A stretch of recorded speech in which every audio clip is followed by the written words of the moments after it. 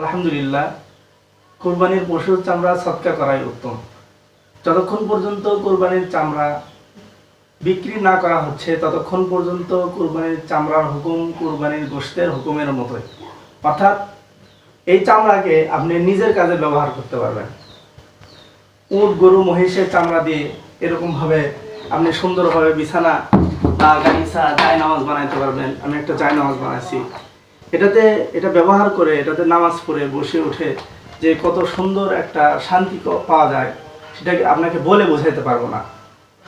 আর দুম্বা, ছাগল, ভেড়ার চামড়াকে এটা প্রসেসিং করে রোদে শুকায়া আপনি একটা পাপোশ হিসেবে ব্যবহার করতে পারেন।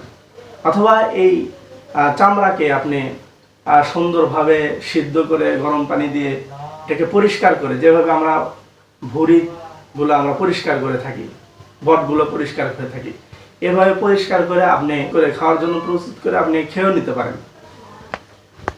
অথবা এই কাজ যদি আপনি না করেন, অর্থাৎ আপনি যদি এটাকে বিক্রি করে দেন, তাহলে এর মূল্য নিজের কাছে রাখা বা পরিবারবর্গের জন্য খরচ করা বা ধনী লোককে দেওয়া কিংবা সমাজের বিভিন্ন শ্রেণীর মানুষ যেখান থেকে ফায়দা নেয় সমাজ উন্নয়ন কাজে ব্যবহার করা কিংবা মসজিদ মাদ্রাসা নির্মাণ ফান্ডে ব্যবহার করা আপনার জন্য ঠিক হবে না। এটা ওই ব্যক্তিকেই দিতে হবে যিনি জাকাত খাওয়ার উপযুক্ত, এমন ব্যক্তিকে দিতে হবে। বা মাদ্রাসার নীল্লা ফান্ডেও আপনি দিতে পারেন।